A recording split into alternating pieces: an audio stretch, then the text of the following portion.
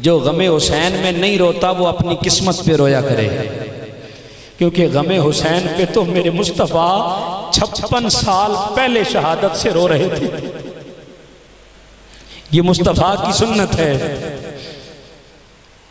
जो कहता गमे हुसैन पे रोना नहीं चाहिए, एक घर से इकट्ठे 2 लाशें उठा के मुझे दिखाए, फिर मुझे बताए रोना आता है कि नहीं आता। कभी माँ बाप का इकट्ठा लाशा उठा के दिखाए, कभी बहन भाई का लाशा इकट्ठा उठा के दिखाए, फिर मैं पूछूंगा कि हुसैन के सब्र को मैं किस तरह सलाम अकीदत पेश करूं। सैयदा ज़ैनब का हाथ चूमते हैं, कलाइयाँ चूमते हैं। सैयदा ज़ैनब कहती हैं भाई हुसैन कभी इस प्यार लाड में कभी ज़ैनब की कलाइयों को नहीं चूमा था, आज रात क्यों चूम रहे हैं। कहा ज़ैनब कल करबला के मैदान में हुसैन की करबला खत्म होने वाली है, तेरी करबला शुरू होने वाली है। मैं नहीं देखूंगा मगर लोग जमाना देखेगा कि तेरी इन्हीं कलाइयों में रस्सियां डालकर तुझे कैदी बनाया जाएगा। पाक दामन बीबियों पे जुल्म किया जाएगा। फिर करबला का मैदान आया। मेरे हुसैन में इख्तिसार के साथ हजरत अली अकबर का लाशा उठाने गए ना मेरे हुसैन, तो वो पहला मौका था करबला के मैदान में। मेरे हुसैन ने इधर उधर निगाह दौड़ाई, 18 साल के जवान अली अकबर का लाशा नहीं दिखाई दिया। कहा लाशा कहाँ है। कहने वालों ने कहा अली अकबर का लाशा ढूंढने वाले देख तो सही, हमने उस लाशे पे दौड़ाए हैं, उसके टुकड़े टुकड़े कर दिए हैं। एक लोथड़ा उधर पड़ा है, एक टुकड़ा वहां पड़ा है, एक बोटी वहां पड़ी है, एक वजूद का हिस्सा वहां पड़ा है। मेरे हुसैन ने 18 साल के अकबर के टुकड़े, बोटियां, गोश्त, लोथड़े इकट्ठे किए और मदीने की जानिब चेहरा करके मेरा हुसैन कहता है नाना बता मैं करबला के मैदान में बोरी कहाँ से लेके आऊं, मैं तोड़ा कहाँ से लाऊं। पहले तो लाशें कंधे पे उठाता रहा, अब ये अकबर का लाशा टुकड़े टुकड़े हो गया, मैं कैसे उठाऊं टुकड़ों को।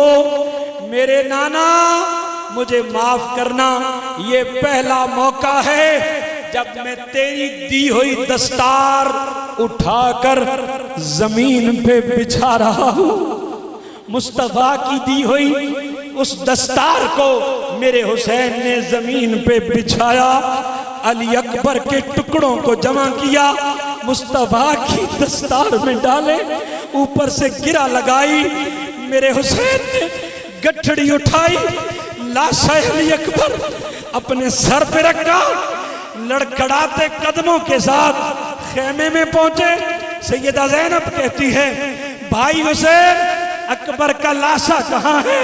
मेरे हुसैन ने गठरी उठाई, सैयदा ज़ैनब के कदमों में रखी, कहा ज़ैनब ये टुकड़े अली अकबर जवान के उठा के ले।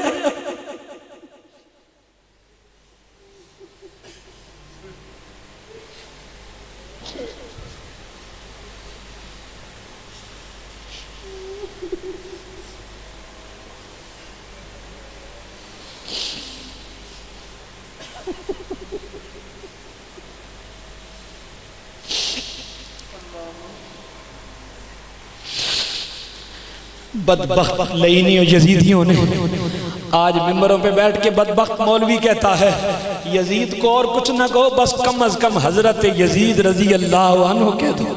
मैंने कहा लाख की लानत है यजीद बदबख्त पे। फिर लोग आए, उन्होंने मिंबरों पे बैठ के कहा लोगों हमें कोई रिवायत नहीं मिली जिसमें कोई प्रूफ हो कि यजीद ने कोई कत्ले हुसैन का हुक्म दिया हो।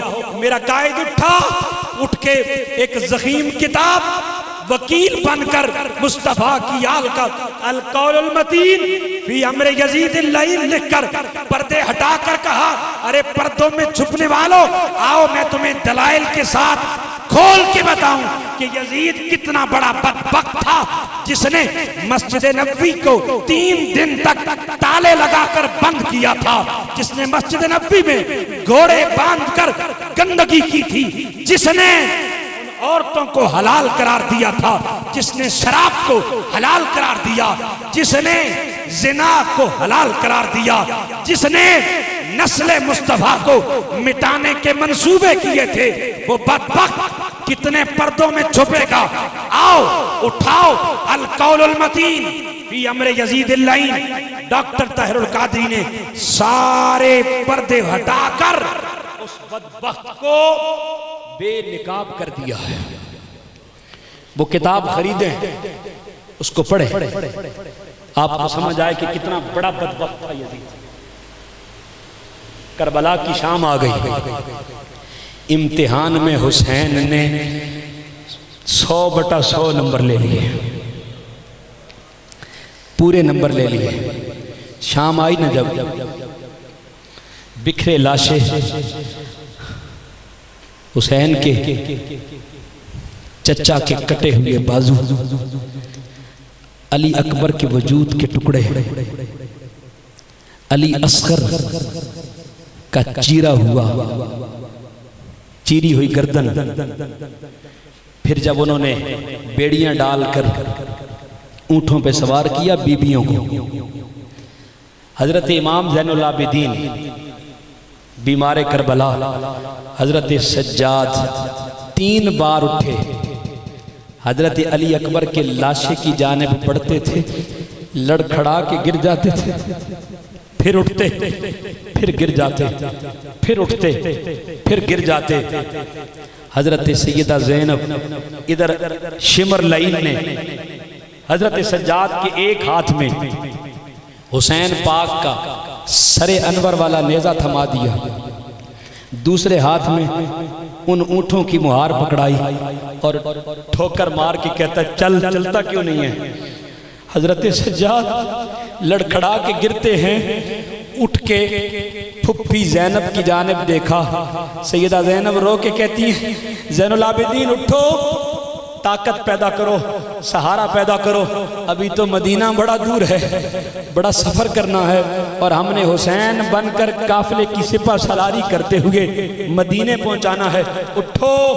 हजरत सज्जाद चीख मार के कहते हैं, फुफ्फो मैं उठूं तो कैसे उठूं, एक बीमारी का गलबा है, ऊपर देखता हूं तो हुसैन का सर दिखाई देता है, नीचे देखता हूं अली अकबर का लाशा दिखाई देता है, मैं उठ के चलूं तो कैसे चलूं। इमाम ज़ैनुल आबिदीन चले सरे हुसैन का नेज़ा लेकर दमिश्क की जानिब।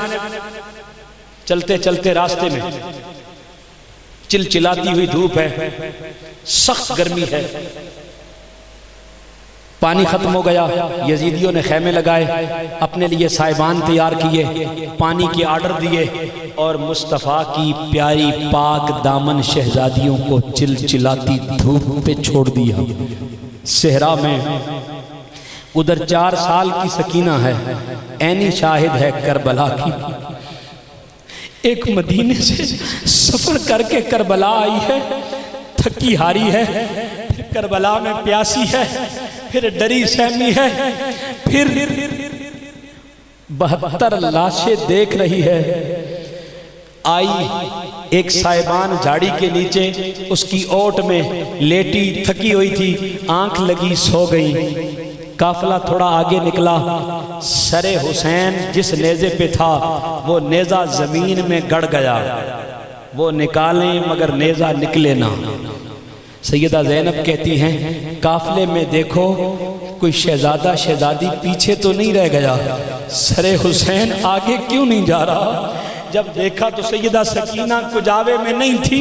सैयदा ज़ैनब तलाश करते करते पीछे मुड़ के देखा, उस झाड़ी की ओट में सैयदा सकीना बैठी हैं और एक बीबी पास नकाब पोश बैठी हैं।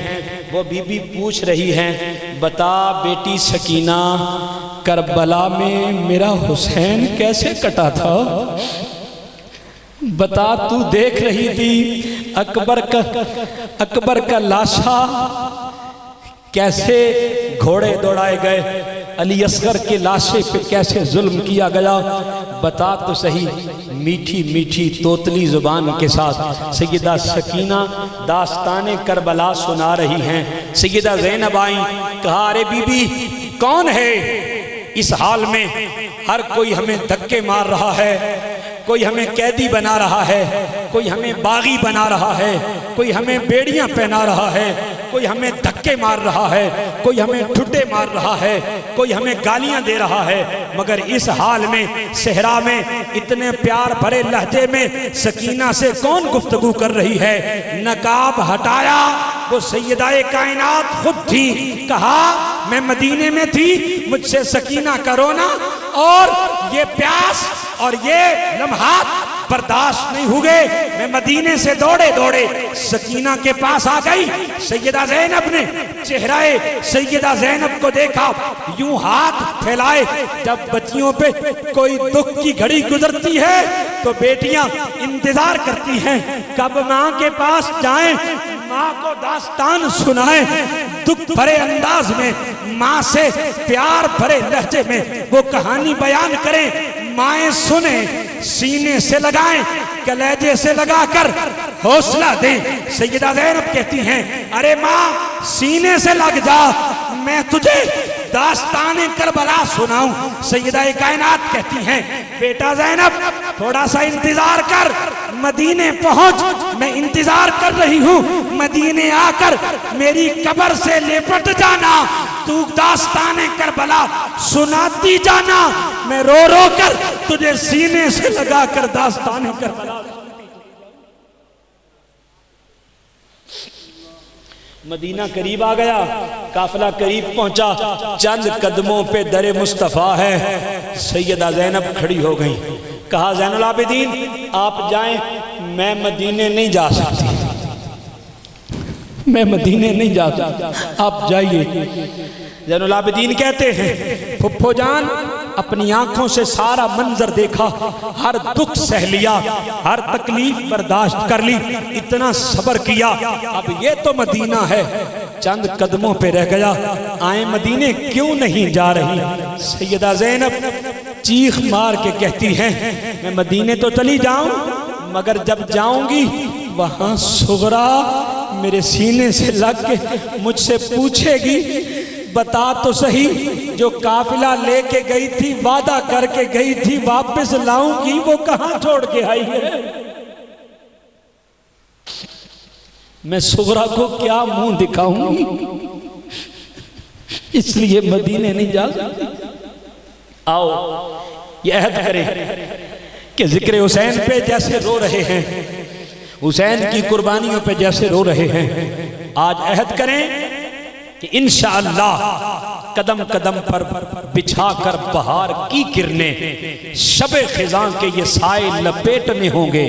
हमारे बाद भी गुजरेंगे कारवां अक्सर, हमें ये राह के पत्थर समेटने होंगे। और वो वक्त दूर नहीं कि जब यजीदी दौरे सियासत लपेटा जाएगा, सदा हुसैन की गूंजी है राह पर बनकर, और कश्तियां होंगी दबो दिया जिनको, हमारी राह में आना कभी भंवर बनकर।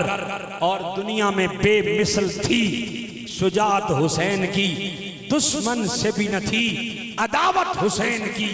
इस बाजार के हुजूम से कह दो कि चुप रहे, क्योंकि कुरान कर रहा है तिलावत हुसैन की। वमा अलैना इल्लल बलाग।